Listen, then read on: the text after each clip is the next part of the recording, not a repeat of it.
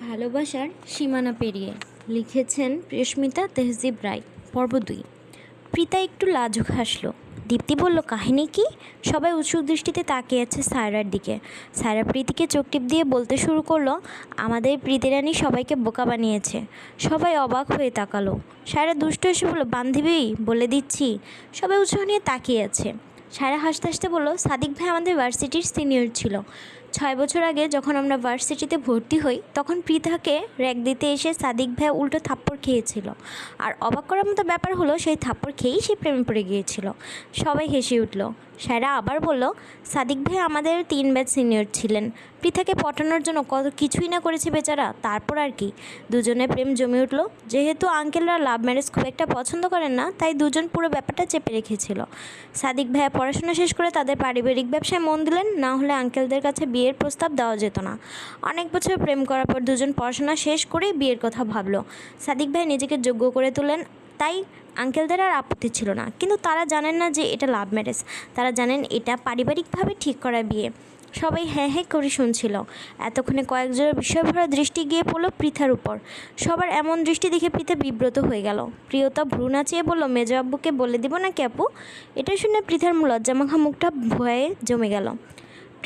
পরি প্রেরণা প্রীতা মিটমিটি হাসতে লাগলো। পরি হাসতে হাসতে বলল, চিল আপু, ভয় পেও না, আমি কাউকে কিচ্ছু বলবো না। দুলাভাই আমাদের অনেক পছন্দ হয়েছে। পৃথা আবার লজ্জা পেল।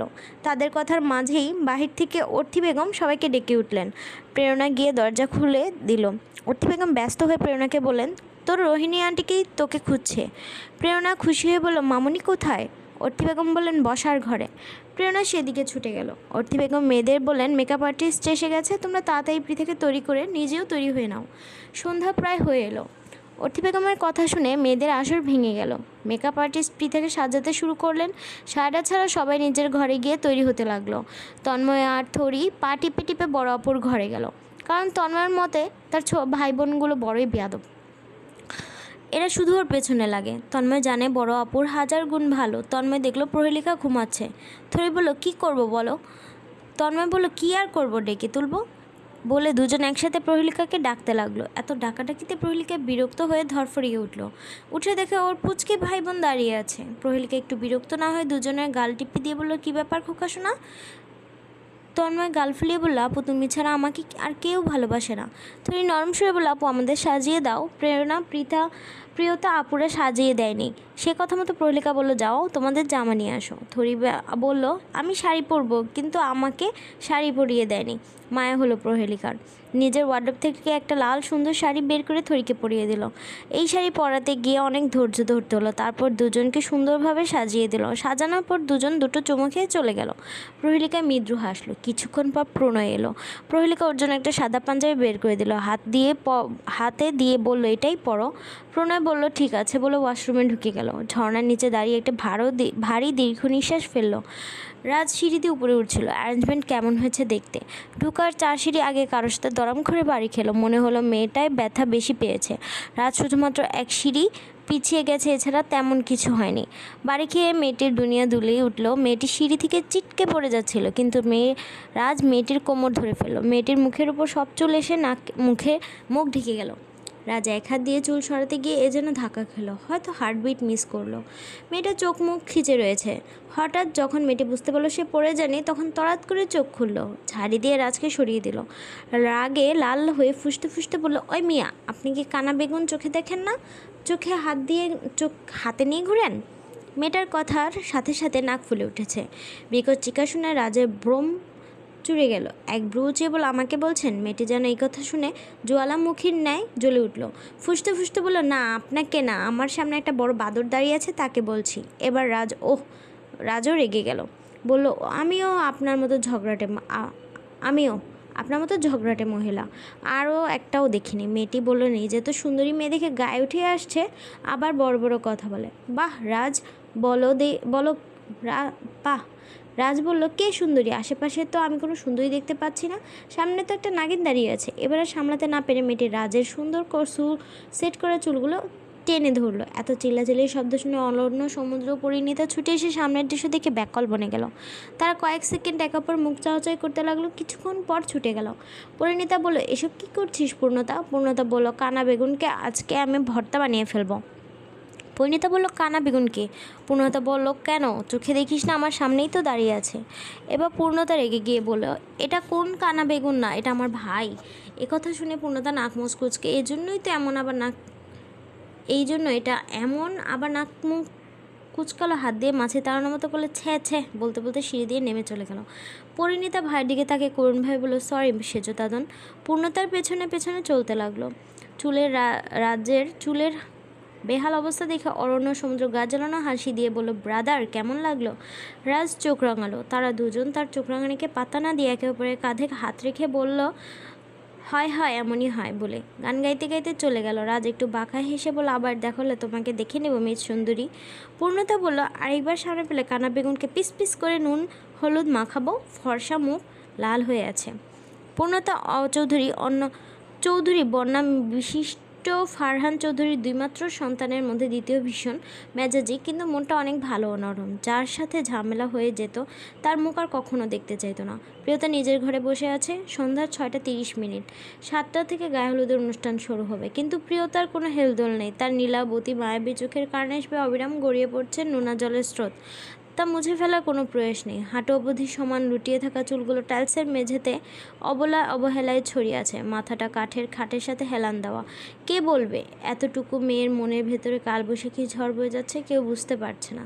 ওই সুন্দর মুখের পেছনে বিষণ্ণতা কেউ দেখছে না। কিছু ব্যথা হয়তো একান্তই ব্যক্তিগত হয়, যা আমরা সবার সামনে দেখতে পারি না, বলতে পারি না। না বললে হয়তো সে কোনো দিনই বুঝবে না। নিষ্পাপ মনের ভালোবাসা কেউ দেখবে না, সবাই অপরাধ দিয়ে কলঙ্ক লেপে দেবে। এসব ভাবতে ভাবতেই তাচ্ছিল্যের হাসি ফুটে উঠল প্রিয়তার ঠোঁটে। কখন থেকে দরজায় ঠকঠক আওয়াজ হচ্ছে বুঝতে পারেনি সে। ওর বেস্ট ফ্রেন্ড ইনায়া দাঁড়িয়ে দরজা ধাকাচ্ছে। প্রিয়, দরজা খুল, কতক্ষণ ধরে ডাকছি। মেয়েটার চেঁচামেচিতে বিরক্ত হয়ে প্রিয়তা চোখ মুখ ছিনিয়ে মেঝে থেকে উঠে দাঁড়ালো। দরজা খুলতেই দেখলো ইনায়ার রাগে লাল হয়ে আছে, কিন্তু প্রিয়তা পাত্তা দিল না। ইনায়া কটমট করে তাকিয়ে বলল, মরে গেছিস নাকি? কতক্ষণ ধরে ডাকছি। প্রিয়তা হেসে কিছু বলল কিছু না। ইনায়া বিরক্ত হয়ে মনে মনে বলল, যার জন্য এত কষ্ট সে তো দিব্যি সুখে আছে। মুখে বলল, তুই আবার কেঁদেছিস? প্রিয়তা উত্তর দিল না, শুধু বলল, তুই বস, আমি ফ্রেশ হয়ে আসছি। বলেই ওয়াশরুমে ঢুকে গেল সে। ইনায়া মনে মনে ভাবলো, আজ সবাই তোকে দেখবে, যেমন ভাবছি তেমন কাজ। সে প্রিয়তা ওয়ার্ডরোব খুলে গায়ে হলুদের জন্য আনা বিশেষ লাল শাড়িটা বের করলো। শাড়িটা খুব সুন্দর, কে এনেছে জানা নেই, তবে এটা যে প্রিয়তার জন্যই তা নিশ্চিত। প্রিয়তা ওয়াশরুম থেকে বেরিয়ে বলল, কী করছিস? ইনা এক চোখ টিপ দিয়ে বলে, দেখবি ডার্লিং, অপেক্ষা কর। প্রিয়তার চোখ ছোট করলো, আর ঠিক তখনই ইনায়া ওর হাতে প্যাকেটটা ধরিয়ে দিল। শাড়িটা পরে নে। আমি শাড়ি পরতে পারবো না। কিন্তু ইনায়া নাছরবান্দা, শাড়ি তো পরতেই হবে। প্রিয়তা তর্ক করতে পছন্দ করে না, তাই কথা না বাড়িয়ে শাড়িটা নিয়ে ওয়াশরুমে ঢুকে গেল। এদিকে ইনায়া সাজানোর জন্য মেকআপ ও জুয়েলারি বাছাই করতে লাগলো। প্রিয়তা যখন শাড়ি পরে বের হলো, ইনায়ার চোখ চড়া হয়ে গেল। সে নিজেই তাকিয়ে থাকতে পারছে না। প্রিয়তা বিরক্ত হয়ে বলল, কী দেখছিস? ইনায়া মনে মনে উল্লাসে চিৎকার করলো, যেমন ভেবেছিল তেমনই হয়েছে। মুখে কিছু না বলে প্রিয়তার হাত ধরে চেয়ারে বসিয়ে দিল। তারপর ওকে সাজাতে লাগলো। হালকা মেকআপ, কাঁচা ফুলের গহনা, ঠোঁটে লাল গাঢ় মেরুন রঙের লিপস্টিক, নীলাভ চোখ দুটোয় হালকা কাজল আর লাইনার, গালে সামান্য ব্লাশার। 10 মিনিট পর সে বিস্ময়ে তাকিয়ে রইল। আমি ছেলে হলে তোকে নিয়ে পালিয়ে যেতাম প্রিয়। প্রিয়তা হেসে ফেললো। ইনায়া বলল, তুই বস, আমি রেডি হয়ে আসছি। তারপর সে শয়তানি হাসি দিয়ে বের হয়ে গেল। গায়ে হলুদের আসর প্রীতাকে মঞ্চে বসানো হয়েছে। মেয়েটাকে অসম্ভব সুন্দর লাগছে আজ। অনুষ্ঠানের থিম অনুযায়ী মেয়েরা লাল শাড়ি, ছেলেরা সাদা পাঞ্জাবি। শিকদার বাড়ির সব ছেলেদের জন্য একই ডিজাইনের পাঞ্জাবি এনেছে রাজ আর প্রীতম, আর মেয়েদের শাড়ির ডিজাইন আলাদা রাখা হয়েছে। তো সবাই একে একে হলুদ দিতে শুরু করলো। প্রথমে বড়রা, সাদমান শিকদার, খালিদ শিকদার, তারপর অন্যান্য ভাইরা। এবার ছোটদের পালা, কিন্তু ছোটরা একটু পরে দেবে, আগে পার্টি হবে। প্রেরণা মাইক হাতে নিয়ে বলে, হ্যালো লেডিস অ্যান্ড জেন্টলম্যান, আমাদের হলুদের আসল মজা এখন শুরু হবে একটা সারপ্রাইজ দিয়ে। সবাই উত্তেজিত হয়ে তাকিয়ে আছে। স্টেজে বাজতে শুরু করলো মেরি আর কি শাদি হ্যায়। এরপর যেন 4 পরি মঞ্চে নেমে এলো। প্রিয়তা, পরিণীতা, পূর্ণতা, ইনায়া ধীরে ধীরে নাচতে শুরু করলো। সবাই চমকে তাকিয়ে আছে। তারা যেন স্বর্গের অপশনার মতো লাগছে। বিশেষ করে প্রিয়তার দিক থেকে থেকে কেউ চোখ সরাতে পারছে না। তার হাঁটু চুল অবধি উঠছে, নীলাভ চোখ দুটো চিকচিক করছে আলোয়। এই দৃশ্য দেখে কারো বুকে গভীর আগুন লেগে গেল। সে এই রূপে মুগ্ধ হওয়ার থেকেও জ্বলছে বেশি। হাত মুষ্টিবদ্ধ হয়ে এলো, চোখের সাদা অংশ লাল হয়ে উঠল, কপালের শিরাগুলো ফুলে ফেঁপে উঠল। বুকে চেপে রাখা কষ্টের সঙ্গে রাগগুলো বেরিয়ে আসতে চাইল। জোরে জোরে কয়েকটা নিঃশ্বাস ফেলে আকাশের দিকে তাকিয়ে রইল। হয়তো মহান রব্বের কাছে কিছু একটা বলল, কিছু অনুরোধ, কিছু অতীত, কিছু ষড়যন্ত্র, কিছু সত্যি। এক হার না মানা পুরুষকেও হারিয়ে দেয়, বাধ্য করে নিজের প্রাণের চেয়েও প্রিয় জিনিস বা মানুষগুলোকে ত্যাগ করতে। কোনো এক সময় যাদের ছাড়া বাঁচার কথা কল্পনা করলেই মৃততুল্য পীড়া দিত, আর এখন তাকে ছাড়াই বাঁচতে হচ্ছে। তাচ্ছিল্যে হাসলো সে, পুনরায় স্টেজের দিকে তাকিয়ে নিচে নেমে গেল। রাজ আর প্রীতম বুকে হাত দিয়ে দাঁড়িয়েছে। রাজ প্রীতমকে বলছে, মেজদি দান পড়ি বলে বুকে হাত দিল রাজ। প্রীতম চোখ সরিয়ে বলে, হ্যাঁ পড়ি, আমাদের বোন। রাজ দাঁত কিরে খেক করে উঠল, রাগি রাগি দৃষ্টিতে বলল, আমি জানি পড়ি আমাদের বোন, আমি ওই পরীর কথা বলছি না। প্রীতম বলল, তাহলে অন্য পরীর কথা বলছো? প্রীতম সন্দেহের দৃষ্টিতে ভাইয়ের দিকে তাকিয়ে আবার সামনে তাকালো। বন্ধুটিকে বাদ দিয়ে অন্য দুই রমণীর উপর দৃষ্টি রাখলো, তারপর রাজের দিকে চোখ গরম করে তাকে বলল, বেয়াদব। রাজ মুখ নিচু করে বলল, তুমি খুব সুপুরুষ। প্রীতম বলল, কি বলতে চাস? রাজ দুষ্ট হেসে বলল, প্রেম আমাকে সব বলে দিয়েছে। এটা শুনে প্রীতমের কপালে ভাঁজ পড়ল। প্রেমকে এই মুহূর্তে সামনে পেলে ছাদ থেকে ধাক্কা দিয়ে ফেলে দিত। রাজ আবার দুষ্ট হাসি দিয়ে বলল। প্রীতম বলল, এই কথা পাঁচ কান হলে তোর পাখি আকাশে উঠিয়ে দেব। রাজ আরও ভাব নিয়ে বলে, আমার পাখি না থাকলে তোমার পাখিও থাকবে না ব্রো। প্রীতম বিরক্ত হয়ে চলে যেতে বলল, পুকুর পাড়ে চলে আসিস। টান শেষ হতেই প্রেরণা বলল, এখন হলুদ দেওয়া হবে, এরপর আবার পার্টি শুরু হবে, সবার আগে হলুদ দেবে বড় দাদান। কিন্তু আশেপাশে কোথাও প্রণয়কে দেখা গেল না। অন্যরাও বলল সে পরে লাগাবে, হলুদ দেওয়া শুরু হোক। একথায় সবাই চেঁচিয়ে উঠে বলল, না, সবার আগে বড় দাদানই হলুদ লাগাবে। অরণ্য পরিণীতাকে বলল, বনু যা দাদানকে ডেকে নিয়ে আয়। পরিণীতা চলে গেল ডাকতে। ছাদ থেকে নেমে তিনতলা করিডোরে আসতেই কেউ মুখ চেপে ধরলো, পাশের রুমে ঢুকিয়ে দিল। প্রায় 20 মিনিট হয়ে গেছে, পড়ে গেছে, কিন্তু এখন আসার নামগন্ধ নেই। সমুদ্র বিরক্ত হয়ে বলল, তুই পারিস ভাই, লেট লতিফকে দিয়েছিস দায়িত্ব। প্রীতম বলল প্রিয়তাকে, বুনু তুই যা। প্রিয়তা বলল, আমি? প্রীতম বিরক্ত হয়ে বলল, হ্যাঁ, তুই দৌড়ে গিয়ে দাদানকে ডেকে নিয়ে আয়। অঙ্গদা প্রিয়তা প্রণয়কে ডাকতে চলে গেল। এতক্ষণ ধরে সব ছেলেরা প্রিয়তাকে চোখ দিয়ে গিলছিল। শীতের এই সব মেয়েরাই ভীষণ সুন্দর, চোখ ফেরানো যায় না, কিন্তু এই মেয়ের মাঝে অন্যরকম এক জাদু আছে, যা মোহগ্রস্ত করে দেয়। প্রিয়তা সারা বাজি খুঁজেও পেল না। শেষে 3 তলার মাঝারি আকারে ছাদে গিয়ে থমকে গেল। এবার প্রিয়তাকেও আসতে না দেখে সবাই বিরক্ত হলো। প্রেরণা বলল, দাদান হয়তো বাড়িতে নেই, আর ওরা দুজন নিশ্চয়ই গল্প জুড়ে দিয়েছে। ইনায়া বলল, আপু ঠিক বলেছেন। থিরা বলল, তাহলে মেজো দাদান আগে হলুদ দিবে। সবাই রাজি হলো, প্রথম হলুদ দেবে। ঠিক তখনই কয়েক মাইক্রোসেকেন্ডের মধ্যে তন্ময় দুগাল ভরে হলুদ লাগিয়ে দিল। এই কাণ্ড দেখে সবাই হেসে উঠল। প্রেম চিৎকার দিয়ে বলল, আমাদের ছোটো খোকা চ্যাম্পিয়ন প্রথম হলুদ দিয়ে দিল। এক এক করে সবাই হলুদের আনন্দে মেতে উঠল, কিন্তু ইনায়ার মনে কেমন যেন সন্দেহ হলো। প্রিয়তা এমনি হাওয়ায় উড়ে যাওয়ার মতো মেয়ে নয়। সে ছাদ থেকে নেমে পুরো বাড়ি, প্রতিটা ঘর খুঁজলো। পরিণীতাকে আর প্রিয়তাকে কোথাও না পেয়ে শেষে পদ্ম পুকুর পাড়ে গেল। সেই জায়গাটা খুব সুন্দর করে লাইটিং করা, কিন্তু আশেপাশে কেউ নেই। হঠাৎ করেই কেউ তার কোমর চেপে ধরে পাশের গাছের সাথে ঠেলে দিল। পিটপিট করে চোখ খুলে দেখলো তার প্রিয় পুরুষটি দুহাত চেপে ধরে তার দিকে তাকিয়ে আছে। ইনায়া দেখলো সেই সমুদ্র নীল চোখ, যেমন চোখ প্রিয়তার। ইনায়া চোখ মেরে বলল, কী ব্যাপার পেয়ারেলাল, আমার চোখ আপনার যে মনেই পড়ছে না? আমার কথা আপনার যে মনেই পড়ছে না? আমি ভাবলাম বিয়েবাড়ির সুন্দরীদের ভিড়ে আমি আপনার চোখেই পড়ছি না। এতক্ষণে প্রীতম বাঁকা হাসলো। সে তো স্টেজে এই মেয়েকে দেখেই থমকে গিয়েছিল, কিন্তু দুষ্টই নেয় গালে নাক ঘষে দিয়ে বলল, ঠিকই বলেছ, জানো একটা মেয়েকে দেখেছি, তাকে দেখে যেন ফিদে হয়ে গেছে। ইনায়া এই কথা শুনেই রাগে টমেটোর মতো লাল হয়ে গেল। রাগে প্রীতমের বাহুতে জোরে সোরে একটা কামড় বসালো। প্রীতম সামান্য উফ করলো না, আরও শক্ত করে জড়িয়ে ধরলো। ঠোঁটের নিচে কালো তিলটা আলতো করে চুমু খেয়ে বলল, আমার এমন টাটকা রসগোল্লা থাকতে আমি কেন বাহিরে বাসি খাবারে নজর দেবো? চেয়ে বলল প্রীতম। মুহূর্তেই রাগ গলে গেল তার। গোলুমোলো মেয়েটা লজ্জায় লাল হয়ে গেল। প্রীতম বলল, এই রসগোল্লা আমার সামনে লাল হওয়া বারণ, না হলে এক্ষুনি খেয়ে ফেলবো আর। এই কথা শুনে ইনায়া প্রীতমের বুকের সাথে আরও একটু লেপ্টে রইল। প্রীতম গভীর চোখে তাকে টুক করে তার গালে একটা চুমু দিল। এই হালকা গোল গোল মেয়েটাকে তার রসগোল্লা লাগে আরও 5 বছর আগে। প্রিয়তাকে যখন হাই স্কুলে ভর্তি করানো হচ্ছিল, তখন এই মেয়েটার সাথে প্রথম দেখা। কী যে আদুরে! তখন থেকেই মেয়েটার প্রতি একটা আলাদা মায়া কাজ করতো, যা ধীরে ধীরে প্রখর প্রণয়ের রূপ নেয়। ইনায়া আবিদের মতো মধ্যবিত্ত ঘরের মেয়ে। ইনায়ারা 2 বোন, সে ছোট। তার বাবা একজন প্রাইমারি স্কুলের শিক্ষক। কোনো দিক দিয়েই শিকদারের লেভেলতে পড়ে না। তবু মেয়েটা শুধু ভালোবাসায় গা ভাসিয়ে দিয়েছে, কিন্তু আবিদের মতো এতটা বোঝ নেই ওর। মেয়েটা জানি না শিকদাররা কুল মর্যাদা রক্ষা করতে ছেলে মেয়েকে কেটে ফেলে দিতেও রাজি। শিকদাররা দানশীল উদার, কিন্তু তারা পারিবারিক সম্পর্ক স্থাপন করে না। শিকদার বাড়ির 4 গিন্নি আর মির্জা বাড়ির 4 গিন্নি বসার ঘরে আড্ডা দিচ্ছিল। মিসেস রোহিণী মির্জা প্রণয়ের মাকে বললেন, ভাই, আপনার কাছে আমার একটা আবদার আছে।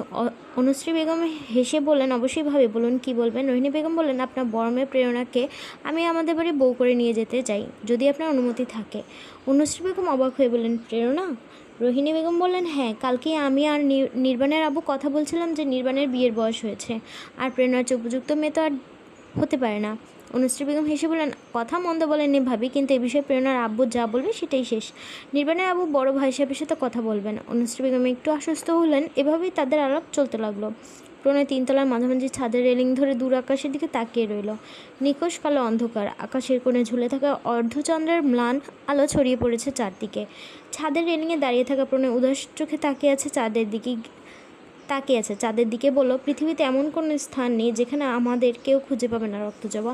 আমি যে বড় ক্লান্ত, এমন জীবন আমি কখনোই চাইনি। মানলাম আমি পাপী ছিলাম, কিন্তু আল্লাহ আমাকে অন্যভাবে শাস্তি দিতে পারতেন। এমন শাস্তি থেকে মৃত্যু শ্রেয় ছিল। আমি যে সেটা সহ্য করতে পারছি না রক্তজবা, আমার প্রিয় রক্তজবা ফুল। একটিবার তুমি যদি আমার অশান্ত বক্ষে মাথা রাখতে, তাহলে বুঝতে পারতে। এই ভেবে প্রণয় দীর্ঘশ্বাস ফেলে চোখ বন্ধ করলো। চোখ বন্ধ করে কিছু স্মৃতির পাতায় হাত বুলালো প্রণয়।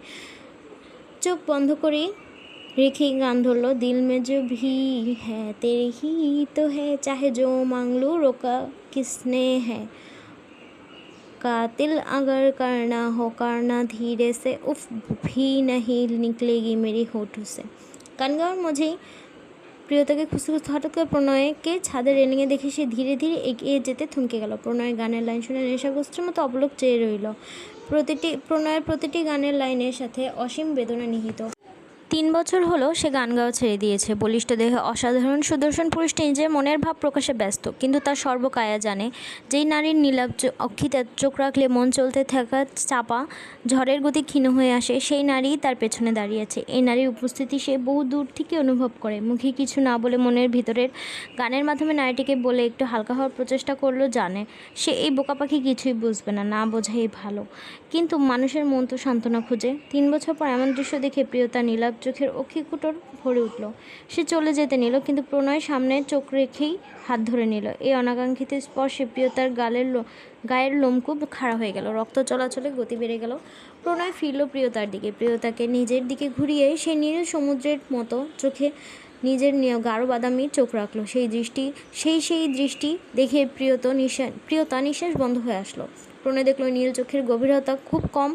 প্রণয়ের কাছে চোখ দুটি খোলা রেখে বইয়ের মতন কয়েক সেকেন্ড তাকিয়ে থাকলে সে সব কিছু বুঝতে পারে। যথারীতি সব বুঝেও গেল সে। এক টুকরো শুকনো হাসি ফুটলে উঠল, যা মুখের ভাবে বোঝা যায়নি। নিজের বলিষ্ঠ হাত দিয়ে পান পাতার মতো সুন্দর মুখের নরম তুলতুল গাল থেকে সযত্নে চোখের পানি মুছে দিল। কোনো প্রশ্ন ছাড়াই মোছার সাথে সাথেই তার সাগরের ঢেউয়ের ন্যায় চোখ দুটো আবার নতুন উদ্যমে ভরে উপচে পড়ছে। কথায় আছে না, মন যার কাছে প্রশ্রয় পেতে চায় তার কাছে আরেকটু প্রশ্রয় পেলে বেহায় হয়ে ওঠে। কিন্তু প্রিয়তাকে তো শক্ত হতে হবে। এই সুখী লোকের কাছে সে কিছুই বুঝতে দেবে না। ফিরে দৌড় দিতে চাইলে শাড়ির কুচি বেঁধে পড়তে নিলেই প্রণয় আবার এক ঝটকায় ধরে ফেলল। প্রণয় না ধরলে মুখ থুবড়ে পড়তো সে নিশ্চিত। হাত ধরে সোজা করার জন্য টান দিতে প্রিয়তা প্রণয়ের বুকে ছিটকে পড়ল। হঠাৎ কাঙ্ক্ষিত নারীর অনাকাঙ্ক্ষিত ছোঁয়ায় প্রণয়ের বুকের ভেতরটা কেঁপে উঠল। প্রিয়তা জমে গিয়েছে। অবাধ্য অশ্রুর দ্বারা আরও বেশি উপচে পড়তে লাগলো। প্রাণটা কেমন ছটফট করে উঠল। প্রিয়তা অতি প্রিয় পুরুষের গা থেকে ছুটে আসা সেই পরিচিত গ্রাণ নাসারন্ধে প্রবেশ করতেই যেন মাথাটা ঝিম করে উঠল। নিঃশ্বাসে শুষে নিতে থাকলো সেই অতি প্রিয় গন্ধ, যা মাদকতার মতো টানে। কয়েক মুহূর্ত পর প্রিয়তাকে সোজা করে দাঁড় করালো প্রণয়। মাথা থেকে পা পর্যন্ত স্ক্যান করলো। তারপর কিছু না বলে প্রিয়তাকে ঘুরিয়ে নিল। পিঠ থেকে অতিরিক্ত সেটুইন খুলে নিয়ে পেটের পাশ থেকে সরে যাওয়া শাড়ির আঁচল 2 দিক থেকে ঠিক করে আবার পিন আপ করে দিল। যতবার প্রণয়ের হাত তার পেটে স্পর্শ করছিল, ততবারই কেঁপে উঠছিল প্রিয়তা। শাড়ি ঠিক করে আবার ঘুরিয়ে দিয়ে হাঁটু অবধি খোলা লতানো চুলগুলো ভালো করে পেঁচিয়ে নিজের হাতে খোপা করলো। ছাদের সাদা গোলাপ গাছ থেকে একটি ডাঁটাসহ ফুল তুলে খোপায় গেঁথে দিল, যাতে চুল খুলে না যায়। পকেট থেকে রুমাল বের করে ঠোঁটে লিপস্টিক তুলতে লাগলো। প্রিয়তা অবাক চোখে তাকিয়ে রইল। কিছু বলার ভাষা নেই। হয়তো ইচ্ছেও নেই। তার জীবনে এমন মুহূর্ত অসম্ভব স্বপ্নের মতো। প্রণয়ের সুন্দর মুখের দিকে তাকিয়ে ভাবলো, আল্লাহ যদি এমন কিছু সময় আমাকে উপহার দেন, খুব একটা ক্ষতি হবে না। প্রিয়তা মাঝে মাঝে ভেবে পান এগুলো কি তার নিষিদ্ধ অনুভূতি। প্রিয়তা জানে সামনে দাঁড়ানো পুরুষটির উপর তার এক চুল পরিমাণও অধিকার নেই, সেই সম্পূর্ণ অন্য কারো। হয়তো সত্যিই তার মনের ভালোবাসাটা পাপ, কিন্তু মন চিৎকার করে বলল, মিথ্যে কথা, আমার ভালোবাসায় কোনো পাপ নেই, কোনো খাদ নেই। সে অন্য কারো, সেটাই তার সমস্যা, আমার নয়। আমার ভালোবাসা কলঙ্কিত নয়। এমন হাজারো ভাবনার অতলে হারিয়ে গেল প্রিয়তা। প্রণয় অনেকক্ষণ ঘষাঘষি করে লিপস্টিক তুলতে পারছে না, ঠোঁট হালকা ফুলে গেছে। বিরক্ত হলো সে, যতটুকু উঠেছে ততটুকুই থাকে। এরপর পর্যন্ত চোখ বুলালো প্রিয়তার উপর, তারপর গম্ভীর স্বরে বলল, যা এখন। প্রিয়তার এক মুহূর্ত না থেকে সোজা চলে গেল নিজের ঘরে। প্রণয় দাঁড়িয়ে প্রথমে নিজের পাঞ্জাবির গন্ধ নিল, যেখান থেকে একটি সুমিষ্ট মেলির পরিচিত গন্ধ নাকে আসছে। এটা শুধু গন্ধ না, এটা যেন তার জন্য ড্রাগ। কিছু একটা ভেবে একটু হাসলো। তারপর হাতে রুমালটা মুঠো করে দেখে নিজের পকেটে রেখে আবার আকাশের দিকে তাকালো। ইছামতি নদীর তীরের বালিতে খালি পায়ে হাতে হাত রেখে হেঁটে চলছে একজোড়া কপতি। নারীটির মুখে একরাশ লজ্জাময় গোলাপি আভা। অর্থপর পুরুষটির চোখে এক আকাশ পরিমাণ ভালোবাসা।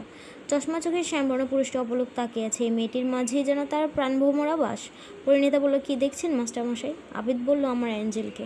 পরিণীতা তার প্রিয় পুরুষটির বাহু জড়িয়ে ধরে মুখ লোকালো। তখন প্রণয়কুঞ্জের করিডোর থেকে আবিদ পরীর মুখ চেপে ধরে একটি রুমে নিয়ে যায়। পরিণীতা মুখে ঘাবড়ানিটি, কারণ সে জানে এই হাতের মালিক তার বড্ড আপন, এই স্পর্শ তার বড্ড চেনা। আবিদ দেয়ালের সাথে চেপে ধরে রাগে গলে বলল, এইসব কি পরেছ? পরিণীতার মুখটা একটুখানি করে বলল, শাড়ি পরেছি। কেন, আপনার সুন্দর লাগছে না মাস্টারমশাই?